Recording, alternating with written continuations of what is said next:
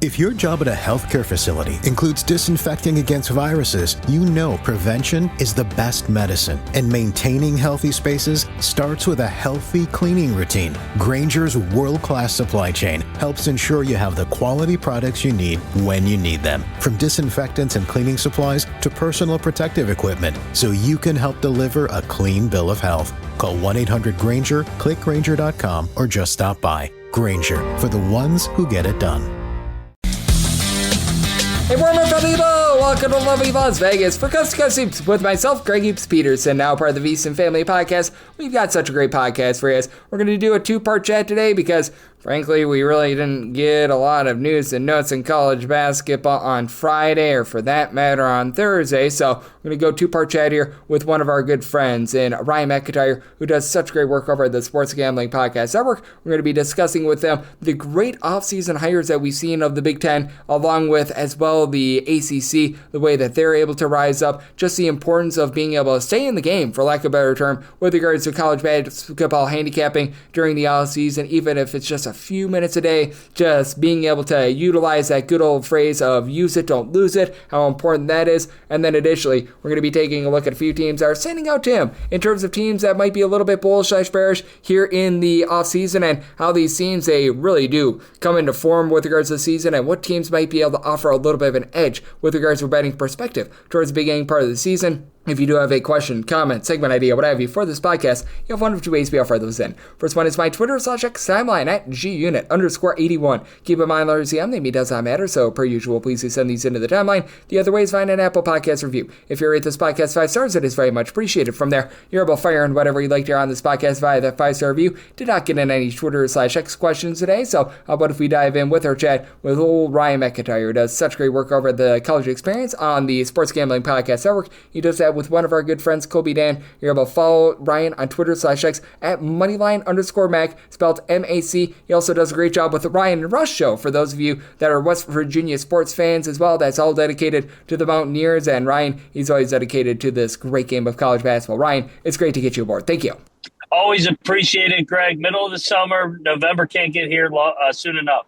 Oh, absolutely. And Ryan, we're sort of in that strange period because now we've got the NBA draft decisions all done. Those wrapped up about a week and a half, 2 weeks ago. And we still have some moves that are happening out there in the transfer portal, like Van Allen Lubin getting on over to NC State. Like, that's a move that is worth taking note of. But I mean, really, other than like the Desmond Claude move that we saw a few days ago, a lot of these are now done. And where are you at in terms of the offseason, in terms of preparing for the upcoming season and trying to decipher what we're all going to be getting? It feels like finally the cream has rose to the top and guys are settling in their new spots. I'm sure there will be a late addition here or there. It still is a little bit of the Wild Wild West era, but it's good to see some of these rollings on these guys attempting to get their 6th, 7th year and just playing college basketball, I guess, forever, and getting those decisions in and getting some clarity on these rosters. So I'm starting to dive in league by league. It's a sport where you can't really ignore it at all anymore. You used to be able to put down all your college basketball stuff and get back up in August or September. But with so many portal news and additions and subtractions, you got to stay on this thing year round. Yep, I'm right there with you. With 364 Division I teams above all else as well, I think that is going to be so massive. Just being able to, for lack of a better term, keep your head in the game and just being able to take a look at things day in and day out. And I'm not sure how you just do your preparation and how you take a look at things here in the offseason, but I think that the people that really get rewarded are the ones that they just continue to try to be able to decide, all right, am I going to be able to put in like 30 minutes a day? Because you don't need to put in like 8 hours every single day. That's a little bit of a defeatist effort in my opinion, but I do think that the old adage of if you don't use it, you lose it very much comes into play, and just being able to stay locked in, just being able to refresh, take a look at the feeds of like Jeff Goodman, John Rothstein, and all those guys, I think is paramount this time of year. It really is, and those guys do a good job staying plugged in year round.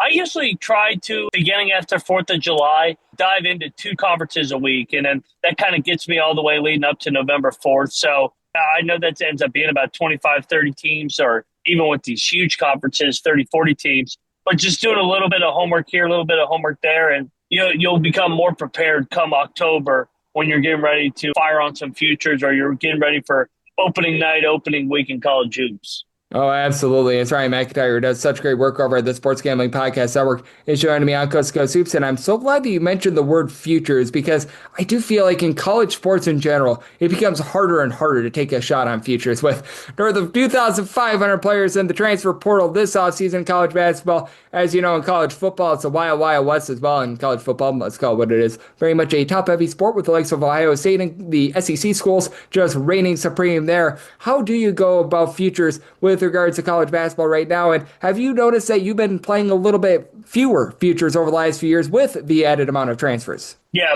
much fewer. I'm a big futures a guy come around, let's say at Christmas break when I've gotten a 10-game sample size. And I think sometimes you see teams that are good outside of the league, whether it was Florida this last year running the table or UConn a couple years ago.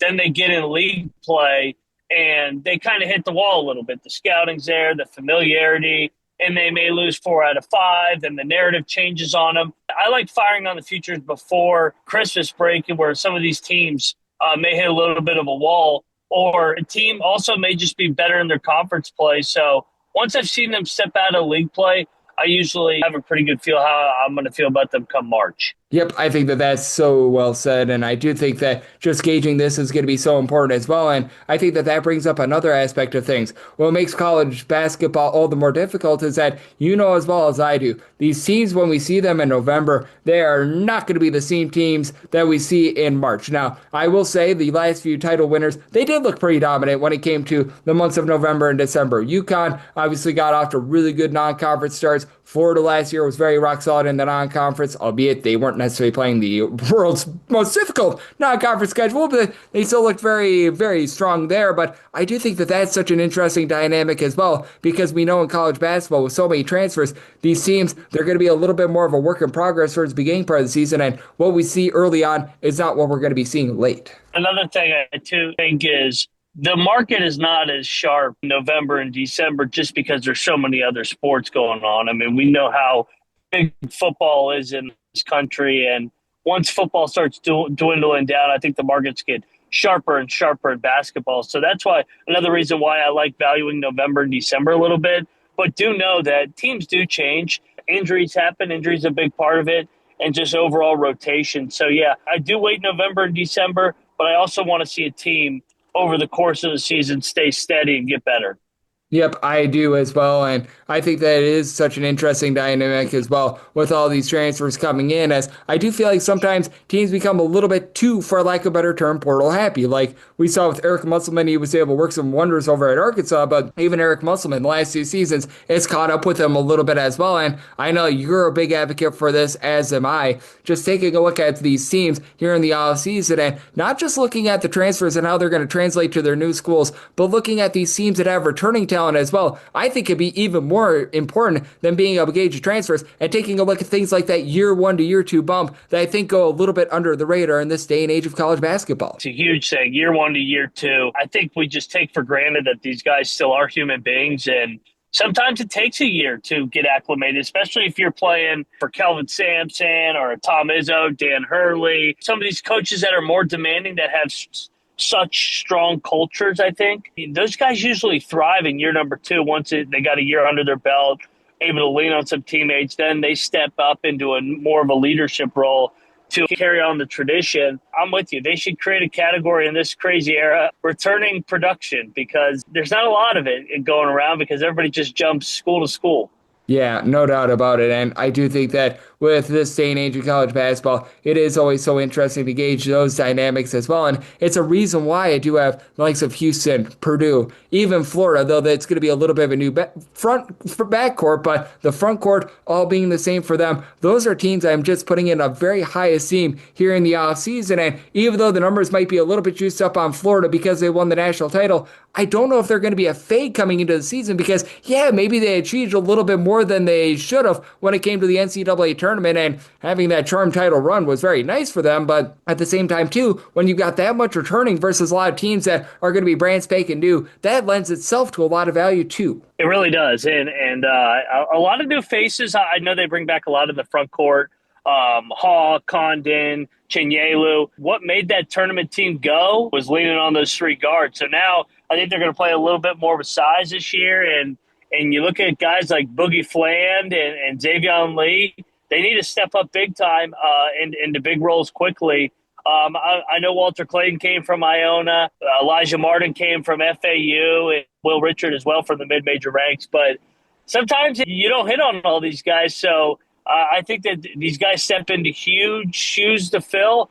But I do trust Todd Golden, put those guys in position to succeed because he's a really good coach. Yep, I do as well. And I think that that's such an interesting dynamic that you mentioned as well. The step up from the low/mid-major ranks to the high major ranks. And it is something that I want to flesh out a little bit more on the flip side. I do want to dive in a little bit more with regards to the step up that a lot of these guys are going to be experiencing. Additionally, I want to talk a little bit about some of these coaches that are going to be able to perhaps turn the fortunes around in the Big Ten and the ACC, two conferences that have been left in the dust a little bit by the SEC over the last few seasons as well. So we'll talk about that and so much more with Ryan on the flip side right here on Coast to Coast Hoops with myself, Craig Peterson, now a part of the BC Family Podcast. If you work in quality control at a candy factory, you know strict safety regulations come with the job. It's why you partner with Grainger. Grainger helps you find the high quality and compliant products your business needs to inspect, detect, and help correct issues. And the sweetest part is, everyone gets a product that's as safe to eat as it is delicious. Call 1-800-GRAINGER, click Grainger.com, or just stop by. Grainger, for the ones who get it done.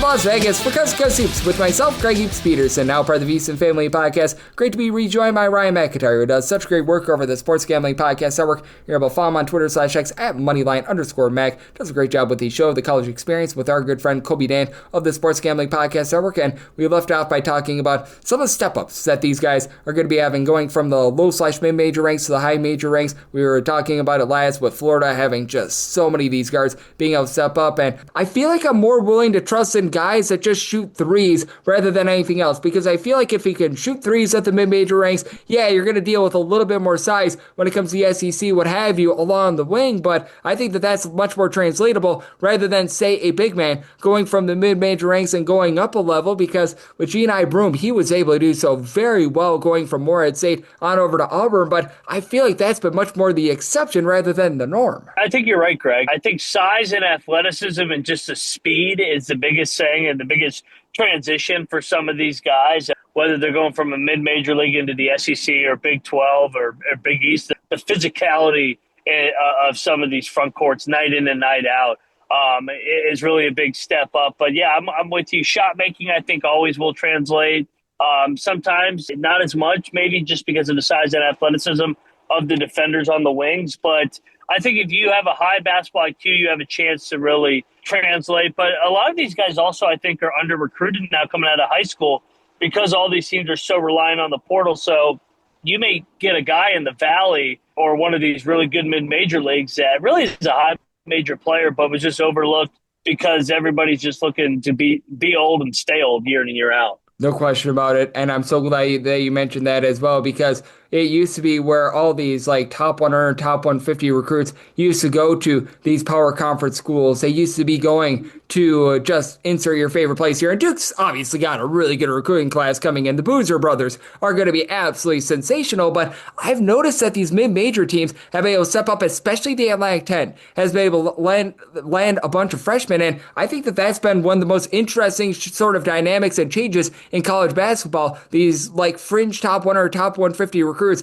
instead of landing on the bench at insert your favorite power conference team here, they're wanting to get that playing time because they know if they ball out, you're number one, you're number two, at insert your favorite mid-major here, they're going to get paid. You're number two and you're number three by a bigger school. Absolutely. That's the playbook. I think a lot of these guys don't look at the big 2, 3, 4 year plan. They just look at what's going on the next month and what's the biggest money bag at that current moment. But it's like, hey, if you go to, let's say, a VCU or one of the George Mason and you play your tail off for a year and you make the tournament, you're first team all league, and then next thing you know, you could jump into one of these SEC or Big 12s and make $2-3 million a year the next year compared to if you just go chase it and make $100 or $2,000. And yeah, that's nice for 1 year, but you're not putting yourself in position to make those $2-3 million in next year. So it's definitely a risk reward, and you gotta weigh all the factors. And I think that's why you're seeing more and more guys come back to college to get a bigger bag before they end up going to the NBA. And I think it also helps them prepare for the NBA to stay in college longer. Yep, I do agree with you. And we did notice that with so many of the NBA draft decisions that we saw as well, like a Taj Pettiford, for example, going on over to Auburn and staying there. I thought that was massive for them because I'm not sure you take a look at Auburn for this upcoming season, but without Pettiford, it wasn't as if I thought that they were going to be like some sort of a fringe bubble team for the NCAA tournament or anything like that, but I was wondering where they were going to be in the hierarchy of the SEC. With him deciding to come back and with him deciding that he is going to be returning to school, I thought that was absolutely massive for them in an SEC that that it's dog eat dog, how just competitive it is in general, and even though Auburn might not be that same team from a season ago, I really thought that they might fall off the table without him, and now with him, I still think that there's a chance that they compete for a top 25 and that they're still in like the middle/upper half of the SEC. I was going to say, I have them probably around 15-ish, I think. Maybe I'm just being more generous because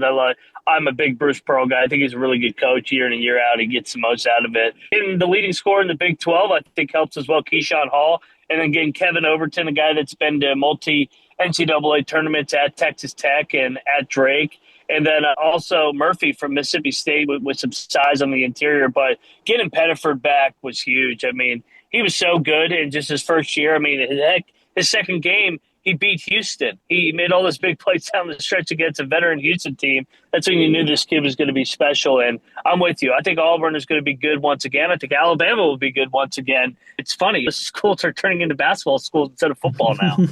Yeah, it is really ironic. We've been noticing that so much in this day and age of NIL with regards to transfer portal too. And these schools that they used to be just really, really bad at basketball. Like I remember before Bruce Pearl got to Auburn, that team was miserable. And I think even Auburn fans would very much agree with those sentiments right there. And now they've been able to have a nice little bit of a come up. And I think that is such an interesting dynamic in this day and age as well, with having some of these schools have a little bit of reversal as well. Like Indiana, I think, is going to be very much on the come up, but they're a team that fell on a little bit of hard times as well. And these teams being able to get in these big hires as well, I think that that's going to be massive for them because I think that that's what has led to the SEC's success. The fact that they have hit on these hires really since the beginning of the 2016-17 season, and now it feels like the Big Ten and the ACC are starting to get with the program, and I feel like they've had really good off seasons in the way that they've been able to revamp the coaches in that conference. Absolutely, Greg. And I think the Big 12 was at the front of it, but probably around 2012, 2013 when they really started investing into their coaches, and then the SEC started really around that 2017, 2018 time. And then it's no coincidence that their basketball has just gone up and up and up. And now you look at the ACC, last year bringing in a guy like Pat Kelsey, really flipping Louisville in 1 year back to where it should be, back in the NCAA tournament. Ryan Odom in Virginia coming over from VCU. I think he's going to do a great job.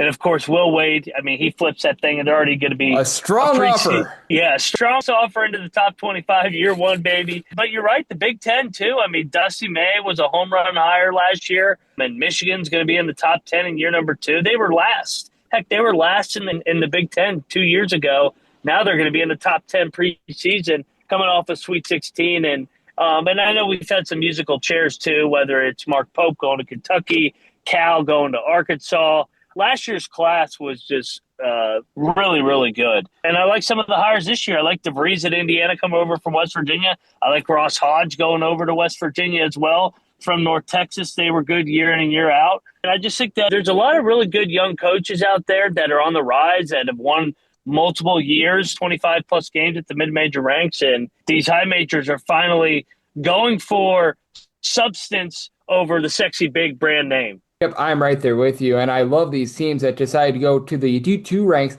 and be able to hire on some good coaches as well, like with Lipscomb being able to hire on their man from Trevecca Nazarene. I thought that was very rock solid for them. Obviously, we saw with Drake last offseason what they were able to do, bringing in Ben McCollum, who's now the coach over at Iowa, and that leads me into this question. Is there a mid-major school, maybe one that's outside the power ranks, that you feel like have had a really good offseason, whether that be with the transfer portal haul that they've had, or maybe a just good coaching hire or two that you think are really going to make the difference for them? That's a great question, Greg. I'll talk about two programs that I think are turning into coach proof. That's Drake bringing over Eric Henderson from South Dakota State. I love that hire. I loved his team at South Dakota State. I thought he did a tremendous job in his 4 years there, and they got better and better. Now he's at Drake. I think he'll continue the McCollum, the DeVries, the McVeds that have been really good. And then also VCU. I mean, VCU is coach-proof year in and year out, whether it's Shaka, Will Wade, Mike Rhodes, Ryan Odom now, and now they bring in Phil Martelli, who I thought did a tremendous job at Bryant. I think that's a great hire. Those two hires really, I think, are home runs. And I think VCU and Drake will continue their tradition and trajectory of winning. Yep, I'm right there with you. I think that those were all really good hires, and I think that Henderson going on over to Drake, I think that that is going to work out very, very well. Just like something that works out oh so well is getting you on this podcast, Ryan, because every single time you're aboard, you lend such amazing insights. You and Kobe Dan are doing such incredible work over at the College Experience on the Sports Gambling Podcast Network, and obviously one of your main beats is college basketball, but I know that you guys are doing some college baseball, with it being the College Baseball World Series going on right now and so much more. So love the good people at home. Know what's all on tap for you and how people can follow along on social media and other platforms. Yeah, I appreciate it, Greg. Yeah, we're 20 previews in over at the College Football Experience, and then go check out the College Baseball Experience as well. Yeah, I mean, the road to Omaha and college hoops will be here before we know it in November. So always appreciate it, Greg, and have a great weekend. And yeah, November can't get here soon enough, man. Yeah, November can't get here soon enough, but fortunately, we've got a lot to be able to talk about until then. And Ryan, he and Kobe Dant over at the Sports Gambling Podcast Network are doing a great job of deciphering it all. And every single time Ryan joins this podcast, lends such amazing insight. So big thanks, Ryan, for joining me on Coast to Coast Seeps, now part of the VSiN Family Podcast. And if you do like hearing from this fine podcast, Coast to Coast Seeps, you're able to subscribe wherever your podcasts, Apple Podcasts, Google Play, Spotify, Stitcher, and TuneIn. If you have a question, comment, segment idea, what have you for this podcast, you do have one of two ways we offer those in. First one is my Twitter/X timeline at gunit_81. Keep in mind, letters EM, they mean does not matter, so as per usual, please do send these into the timeline. The other way is find an Apple Podcast review. If you rate this podcast 5 stars, it is very much appreciated. From there, you're able to fire in whatever you'd like to hear on this podcast via the 5-star review, and I'm going to be with you guys every single day on this podcast, regular season and off season, so I'll be back with you once again tomorrow. Thank you. If you work in quality control at a candy factory, you know strict safety regulations come with the job. It's why you partner with Grainger. Grainger helps you find the high quality and compliant products your business needs to inspect, detect, and help correct issues. And the sweetest part is, everyone gets a product that's as safe to eat as it is delicious. Call 1-800-GRAINGER, click Grainger.com, or just stop by. Grainger, for the ones who get it done.